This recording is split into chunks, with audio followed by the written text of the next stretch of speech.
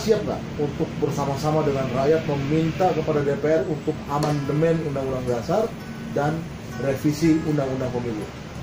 Justru kalau saya bilang bukan hanya siap, tapi memang merupakan keharusan memperjuangkan Pak Jokowi satu kali lagi. Caranya bagaimana? Datengin itu MPR, datengin itu DPR di seluruh daerah, minta kepada mereka untuk mengamandemenkan ini Undang-Undang Nomor 7 pasal Undang-Undang Dasar 45 pasal 7 tentang masa jabatan presiden yang diamandemenkan dalam waktu terbatas. Salam Indonesia, salam Pancasila, merdeka. Hari ini, malam ini saya bersama dengan Bung Novi. Ya. Selamat malam Bung Novi. Selamat malam Bang Rona. Iya, Bung Novi ini seorang aktivis ya, bahkan sempat mendirikan beberapa organisasi relawan ya, Bung Novi ya. Sejak masa Pilkada DKI Jakarta tahun 2012 ya. Betul. Iya. Saat ini ada sedikit yang terlintas di pikiran kami berdua pada saat berdiskusi, yaitu tentang pentingnya melanjutkan pembangunan di masa pemerintahan Pak Jokowi. Artinya kalau sampai pemilu 2024 nanti Pak Jokowi tidak meneruskan lagi, berarti pembangunan ini bisa terhenti atau bagaimana Bung Novi? Atau seperti apa nih yang ada dalam bayangan Bung Novi? Pertama, kita tidak memiliki garis besar haluan negara. Itu yang jadi masalah, sehingga kelanjutan pembangunan sangat tergantung pada siapa presidennya. GBHN ya? GBHN. Kalau sekarang mungkin yang dibutuhkan itu adalah pokok-pokok haluan negara, bukan lagi garis besar haluan negara karena undang-undang sudah diamandemenkan. Itu pertama. Yang kedua, memang tentu kita semua akan bertanya-tanya setelah Pak Jokowi menyelesaikan masa baktinya tahun 2024, lantas apakah penggantinya akan mampu berbuat seperti yang Pak Jokowi lakukan? Paling tidak seperti Freeport sudah dikuasai oleh Indonesia, Blok Mahakam, Blok Rokan, Masela dan sebagainya. Kemudian juga pembangunan-pembangunan seperti rencana pembangunan jangka panjang seperti pembuatan baterai. Kita punya bahan bakunya di Morowali ya. Dan nikel ada di Halmahera yang luar, yang memang nomor 1 di dunia, dan ini akan menjadikan Indonesia sebagai pusat energi dunia. Paling tidak begitu. Nah, ini mampu nggak presiden selanjutnya yang pengganti Jokowi mampu melaksanakan ini? Ini yang menjadi tanda tanya besar. Kalau tidak terjadi, berarti kan pembangunannya terhenti sampai di situ. Dan kemungkinan besar juga Indonesia akan kembali dikuasai asing. Tapi begini Bu, kan ada peraturan dalam Undang-Undang Dasar 45 yang mengatakan batas kepemimpinan presiden. Dan ada juga Undang-Undang Pemilu yang hanya bisa dipilih 2 kali, menjabat 2 kali dipilih. Oke, pertama amandemen Undang-Undang Dasar 45 nomor 7. Dulu kan masa jabatan presiden itu seumur hidup, kemudian dibatasi 4 kali, kemudian setelah itu 2 kali setelah reformasi dengan diamandemennya Undang-Undang Dasar 45. Artinya bahwa Undang-Undang Dasar 45 itu mereka dulu katakan bahwa bukan kitab suci. Jadi nggak masalah dong kalau diamandemen, kira-kira gitu ya. Jadi boleh dirubah ya? Boleh dirubah, tergantung kesepakatan politik dan kebutuhan Indonesia pada saat ini. Dan kita juga melihat bahwa sampai dengan saat ini kan partai-partai sudah gede nih, lempar-lempar capres dan sebagainya, kemudian juga membentuk relawan-relawan.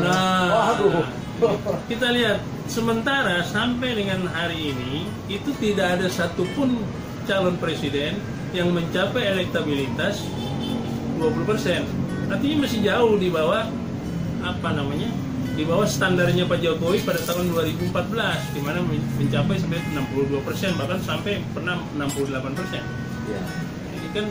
Jadi rawan banget. Terus kalau begitu terjadi kan yang ada dagang sapi dan sebagainya, dan masyarakat tidak diberikan pilihan yang ideal.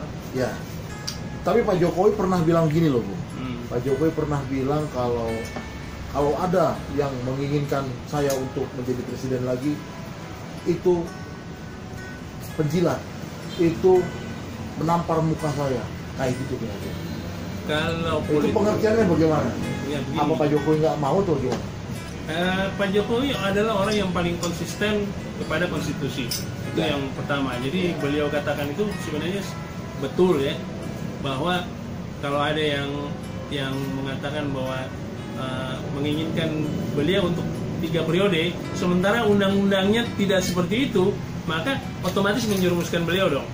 Tapi kalau undang-undangnya memungkinkan dan itu atas keinginan rakyat, maka Pak Jokowi tidak mungkin menolak. Karena saya masih ingat 2014 Pak Jokowi itu mengatakan dalam kampanyenya bahwa saya hanya tunduk pada konstitusi dan kemauan rakyat. Ya kan, itu yang paling saya ingat tuh. Nah, kalau misalkan rakyat menginginkan Pak Jokowi melanjutkan pembangunan ini dengan perubahan Undang-Undang Dasar 45 pasal 7 tadi tentang masa jabatan presiden, otomatis dong kalau itu sudah bisa diamandemen berarti Undang-Undang Pilpres juga sama. Artinya begini Bung ya, kalau yang meminta Jokowi 3 periode itu, kalau yang meminta itu seorang pejabat atau politisi, dia pasti punya kepentingan ya, Bu. Betul. Tapi kalau yang ngomong rakyat dia punya harapan besar. Iya. Kenapa rakyat menaruh harapan kepada Pak Jokowi? Iya. Karena memang sampai dengan saat ini belum ada satupun calon presiden yang mendekati posisi Pak Jokowi. Iya, betul. Nah, itu yang jadi masalah. Jangankan sampai dengan setingkat Pak Jokowi, selevel Pak Jokowi, mendekati saja, satu level di bawahnya saja nggak ada. Nah, ini kan jadi masalah. Nah, terus kita mau apa? Rakyat ini kan menginginkan bahwa kita dengan adanya Pak Jokowi, ekspektasi rakyat itu tinggi. Menginginkan calon presidennya seperti itu. Nah, sekarang belum ada. Nggak ada salahnya dong kalau undang-undang ini diamandemen. Kalau ini merupakan keinginan rakyat, maka yang jadi wakil rakyat tidak berhak menolak. Harus laksanakan itu amandemen. Satu lagi, Bung. Ya. Kira-kira kalau pada waktunya nanti kita siap nggak untuk bersama-sama dengan rakyat meminta kepada DPR untuk amandemen Undang-Undang Dasar dan revisi Undang-Undang Pemilu? Justru kalau saya bilang bukan hanya siap, tapi memang merupakan keharusan memperjuangkan Pak Jokowi satu kali lagi. Caranya bagaimana? Datengin itu MPR, datengin itu DPR di seluruh daerah. Minta kepada mereka untuk mengamandemenkan ini Undang-Undang Nomor 7 pasal Undang-Undang Dasar 45 pasal 7 tentang masa jabatan presiden yang diamandemenkan dalam waktu terbatas. Terbatasnya 2 kali menjadi 3 kali, nggak masalah. Oh, ini bukan kitab suci kok. Jadi rakyat kita doronglah semua supaya rakyat itu keluar juga. Kenapa? Ini masalah kepemimpinan nasional, ini menjadi harapan rakyat ke depan. Kalau itu keinginan rakyat, berarti konstitusional dong ya? Konstitusional. Gitu. Artinya kalau diperlukan untuk amandemen Undang-Undang Dasar 45 dan revisi Undang-Undang Pemilu harus dilakukan. Harus dilakukan. Iya. Dan itu kewajibannya DPR sebagai wakil rakyat. MPR melanjutkan pembangunan yang sudah dilakukan Pak Jokowi. Dan yang menjaga juga jangan sampai Indonesia terpecah. Iya. Baik, kita lihat elektabilitas masih kecil ini kan kecenderungan pecah, dan ya kemarin saja yang sekuat Pak Jokowi itu membuat sekat di antara sebagian rakyat Indonesia dan sebagian rakyat yang ada di pihak kiri dan kanan kan kira-kira. Apalagi kalau tidak elektabilitas kecil gitu ya, rawan sekali nanti. Sporadis nanti konflik di bawah itu. Nah, itu yang kita inginkan. Jadi banyak faedahnya Pak Jokowi memimpin sekali lagi, supaya juga bisa mempersiapkan kandidat yang ke depan dengan baik. Itu kira-kira. Oke, itulah tadi obrolan kami, saya bersama Bung Novi, tentang pentingnya amandemen Undang-Undang Dasar 45 dan revisi Undang-Undang Pemilu. Ya, jadi merupakan kebutuhan. Kebutuhan. Iya. Dalam keadaan Indonesia sekarang ini ya. Betul. Iya. Oke, itulah yang kita butuhkan saat ini, yaitu amandemen Undang-Undang Dasar 45 dan pasal 7 dan revisi Undang-Undang Pilpres. Ya, tetap semangat Bung Novi. Ya. Tetap sehat selalu. Selamat berjuang.